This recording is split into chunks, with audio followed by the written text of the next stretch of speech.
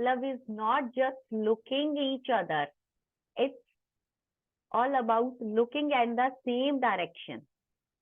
आप दोनों एक ही डायरेक्शन में चीजों को देख रहे हैं, आप दोनों एक ही तरीके से चीजों को सोच रहे हैं, समझ रहे हैं, आपका जो अंडरस्टैंडिंग है वो मैच करता है. This is about love. एक दूसरे को देखना is attraction. Adjustment and compromise are they necessary. क्या ये दोनों चीजें एक मैरिड लाइफ में जरूरी हैं? Variety of perspective. Marriage brings together two individuals with a distinct backgrounds, values and perspective. दो लोग अलग अलग माहौल में पले बड़े, अलग अलग एजुकेशन ली, अलग अलग प्रोफेशन से ज्यादातर होते हैं, एक साथ जब आते हैं. Compromise allows couple to navigate these differences and find a common ground. Compromise कहता है कि जब दो लोग अलग अलग सोच के लोग एक साथ आए हैं तो वहां पे उनके पास एक कॉमन ग्राउंड होना चाहिए जो उनके डिफरेंसेस को खत्म कर सके. इट मीन्स दोनों के कुछ कॉमन गोल्स होने चाहिए. Building a partnership. Yes, marriage is all about the partnership. ये हमारा कानून भी कहता है कि marriage is all about the partnership. Life partners भी हम वर्ड यूज करते हैं. And compromise is the glue जो दोनों को बाइंड करके रखता है, दोनों पार्टनर्स को. जब आप कॉम्प्रोमाइज करते हो इट मीन्स आप दोनों एक दूसरे के साथ बाउंड हो रहे हो, बाइंड हो रहे हो. It fosters a sense of unity. आपको यूनिटी की फीलिंग आती है, कोलैबोरेशन की फीलिंग आती है. Reinforcing the idea of both individuals and working towards the shared goals. And इसके साथ जो आपके कॉमन गोल्स होते हैं आपको उन पे काम करने के लिए एक मोटिवेशन मिलता है. Preventing resentment. Without compromise, conflicts can escalate. आपके जो conflicts हैं, आपके मन मुटाव हैं, वो बढ़ते चले जाएंगे और and lead to resentment. Compromise provide a constructive way to resolve disagreements. Because through the compromise, लोग एक agreement पे आते हैं, एक जगह पे, एक पेज पे साथ में आते हैं. Preventing long-term damage to relationships where compromise is required. Equality in a decision making. Compromise ensures that decision making is a shared responsibility. जब कहीं किसी चीज पे आपको घर के लिए या किसी भी चीज के लिए कोई डिसीजन लेना है तो हस्बैंड वाइफ दोनों की उसमें इक्वालिटी आनी चाहिए. दोनों के व्यूज इक्वल आने चाहिए. दोनों से डिस्कशन दोनों का होना चाहिए कि ये चीज करना चाहिए कि नहीं करना चाहिए. जब तक दोनों का उसमें 50-50% अग्रीमेंट नहीं होता है तब तक वो डिसीजन में एक जन का डोमिनेशन रहेगा ही. तो आपका डिसीजन बहुत ही हेल्दी और ऑनेस्ट होना चाहिए. एक दूसरे को कन्विंस करना है, डोमिनेट नहीं करना है.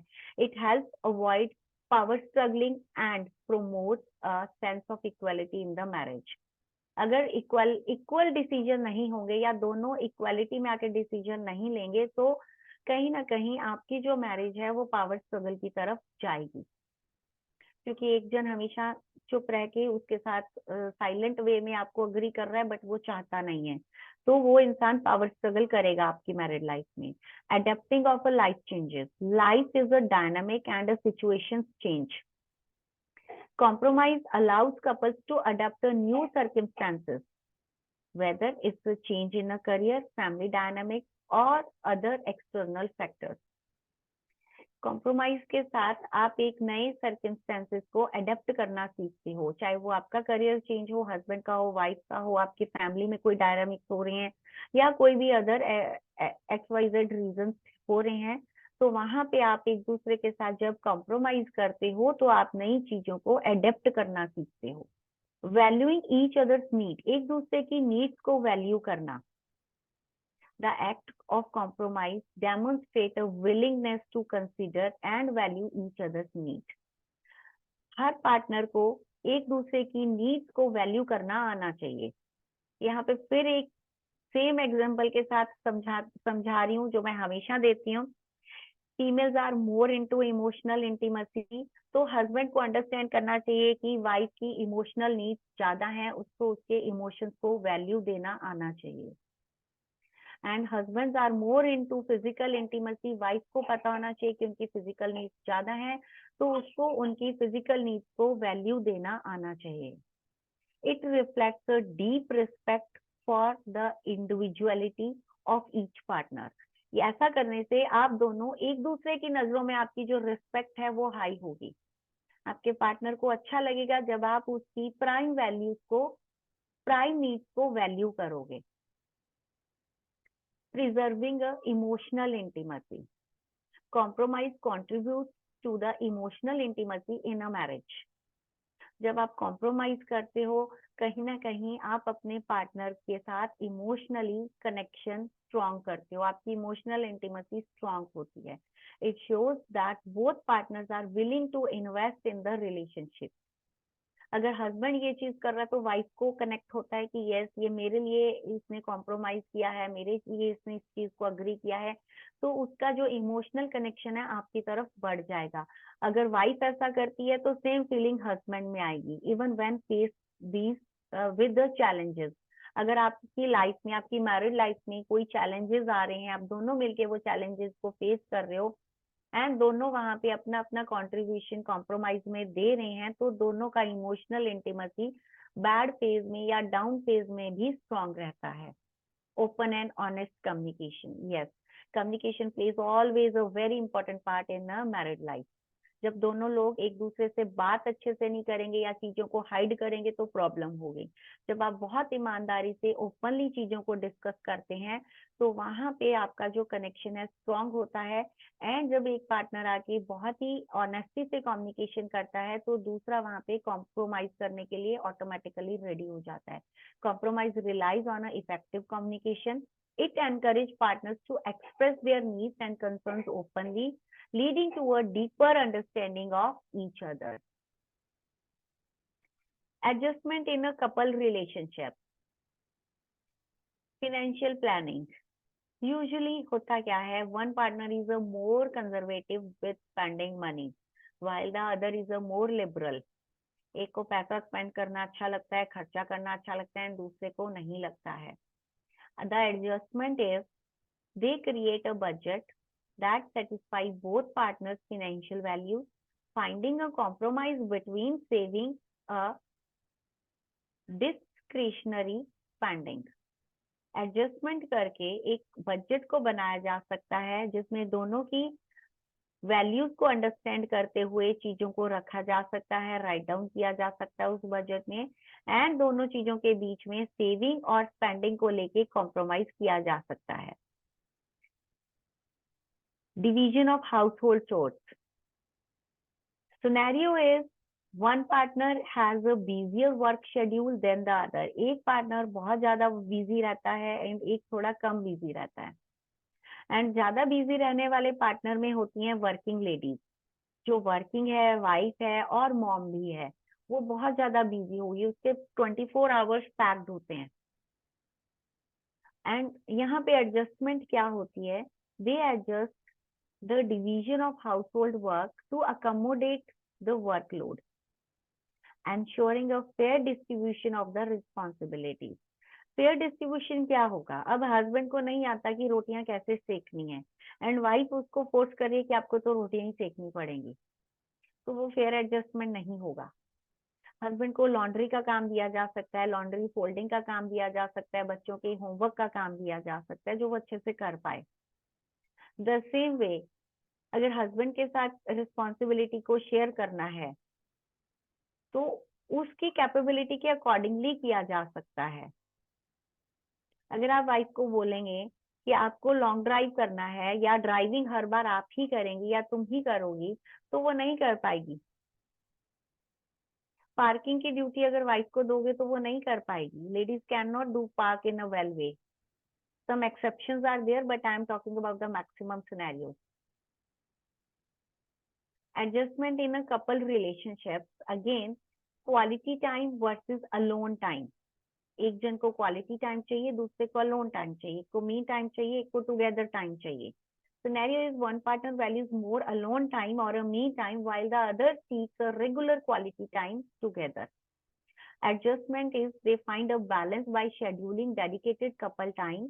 वो एक dedicated hour 2 hour in a day schedule कर सकते हैं जिसमें वो दोनों टाइम साथ में स्पेंड करेंगे विदाउट गैजेट्स, विदाउट किड्स और विदाउट अदर रिस्पॉन्सिबिलिटीज।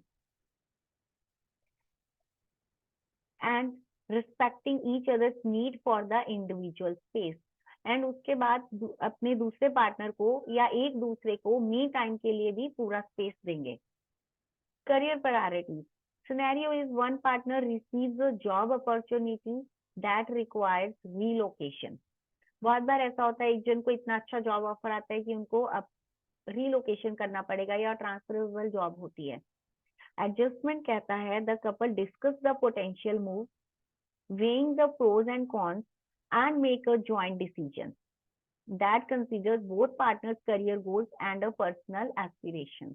ये दोनों का पर्सनल लुकआउट होना चाहिए कि उनको रीलोकेशन जॉब करनी है, ट्रांसफरेबल जॉब लेनी है, नहीं लेनी है, क्या उसके प्रोज हैं, कॉन्स हैं, बेनिफिट्स हैं, नहीं है, क्या लॉस होगा, क्या बेनिफिट होंगे, हर चीज का आपको एक कैलकुलेशन निकाल के यहाँ पे एडजस्टमेंट करते हुए उस अपॉर्चुनिटी को ग्रैब करना है। Socialising preference. दोनों में से एक जन होता है जिसको जो सोशल वर्ड होता है, उसको सोशल गैदरिंग में जाना, बात करना लोगों से बहुत अच्छा लगता है। while the other prefers quiet evening at home। दूसरे को होता है कि अब पूरा दिन काम करके थक के आए हैं तो घर पे ही टाइम स्पेंड करेंगे, आराम से घर पे रहना, उसको रिलैक्स करने को चाहिए। एडजस्टमेंट कहता है they compromise by balancing social events and quiet night. उनको बैलेंस करना चाहिए, ऐसा नहीं होना चाहिए कि हफ्ते में 7 में से 5 दिन आप बाहर जा रहे हो, इवेंट के लिए जा रहे हो या सोशल गैदरिंग के लिए जा रहे हो और 2 दिन आप घर पे स्पेंड कर रहे हो। उस चीज को बैलेंस किया जा सकता है, 3.5 नहीं तो 3 करके डिवाइड किया जा सकता है और एक दिन दोनों का इंडिविजुअल डिसीजन पे छोड़ सकते हैं।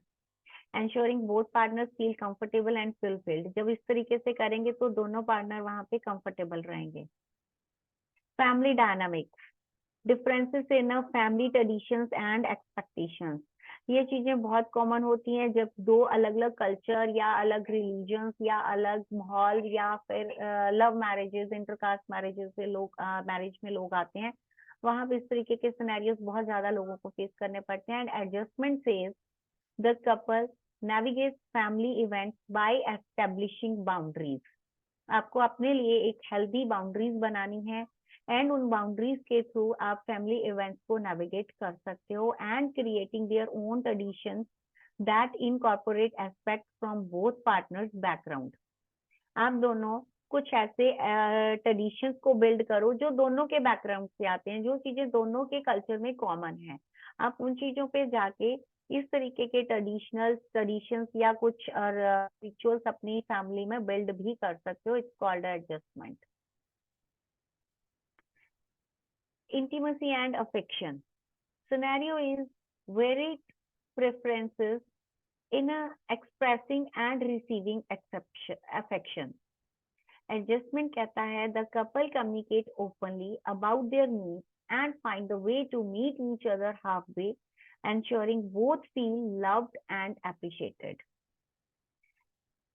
आपको ओपन कम्युनिकेशन करना है, चीजों के राइट वेज फाइंड आउट करने हैं, दोनों आधे आधे रास्ते में आएंगे ताकि दोनों अपनी अपनी जगह पे अप्रिशिएट और लव फील कर सकें।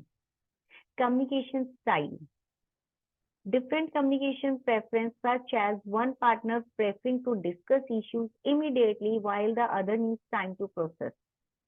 दोनों में से एक पार्टनर होता है अगर कुछ बात हुई नहीं, फटाफट से उसको जाके उस बारे में डिस्कस करना है, उस बारे में बोलना है और अपनी व्यूज देनी है। दूसरा पार्टनर होता है उसको थोड़ा टाइम चाहिए, अगर कोई कुछ इंसिडेंस हुआ भी है तो उसको लेके पहले सोचना चाहता है क्यों हुआ है, कैसे हुआ है, और फिर वो उसके बारे में डिस्कस करना चाहता है। Adjustment says they adjust their communication style by finding a compromise that respect both partners needs। यहाँ पे आपको एक कॉम्प्रोमाइज करना है जहाँ पे दोनों की नीड्स को अंडरस्टैंड हो कि यहाँ पे बात इमीडिएट करने की जरूरत है या यहाँ पे थोड़ी देर चुप रह के बाद में भी बात की जा सकती है। Hobbies and interest. Differing hobbies and interest. ज्यादातर केसेस में हस्बैंड वाइफ दोनों की हॉबीज और इंटरेस्ट एरियाज अलग अलग होते हैं। एंड एडजस्टमेंट कहता है the couple explore the shared activities that caters both partners interest allowing the quality and time spend together. आपको दोनों को मिलके दोनों के अंदर कुछ ऐसी हॉबीज या इंटरेस्ट एरियाज फाइंड आउट करने हैं जो दोनों के कॉमन हो ताकि आप दोनों एक साथ क्वालिटी टाइम स्पेंड कर सको, ना कि अपनी अपनी हॉबीज पे रिजिड बने रहो। Health and wellness, one partner has a specific dietary preference और अ हेल्थ रूटीन। बहुत सारे केसेस में होता है एक जन बहुत ज्यादा हेल्थ कॉन्शियस होता है, वो अपने जो उसका डाइट रूटीन है उसको वो शिफ्ट नहीं करना चाहता और वहीं पे स्टक रहता है। And another partner is very foodie. Adjustment phase, the couple adapt their needs or schedules to accommodate health needs, supporting each other's well-being.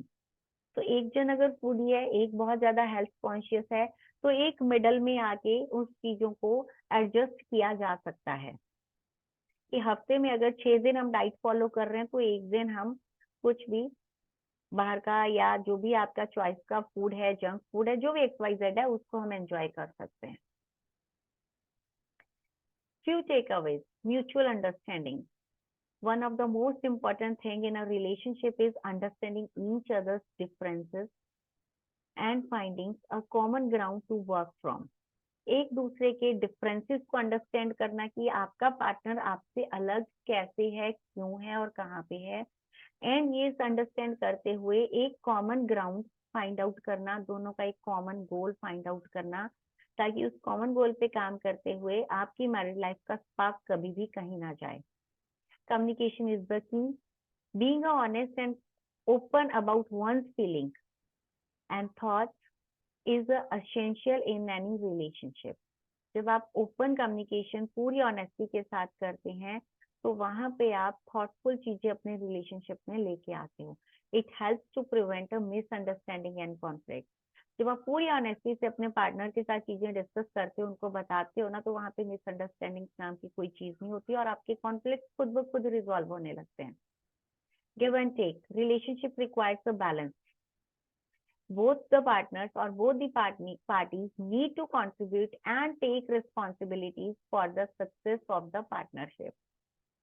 दोनों को इक्वल कंट्रीब्यूट करना है रिस्पॉन्सिबिलिटीज में, ताकि दोनों अपना अपने हिस्से की रिस्पॉन्सिबिलिटी को अच्छे से निभा पाए।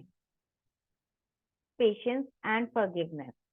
Forgiveness is very important in a healthy married life. Sometimes things don't go as planned. हम जो प्लान करते हैं हमेशा चीजें वैसी नहीं होती। चीजें समटाइम्स टाइम के साथ साथ फ्लो में भी जाती हैं। Being patient and forgiving allows individual to work together and grow stronger.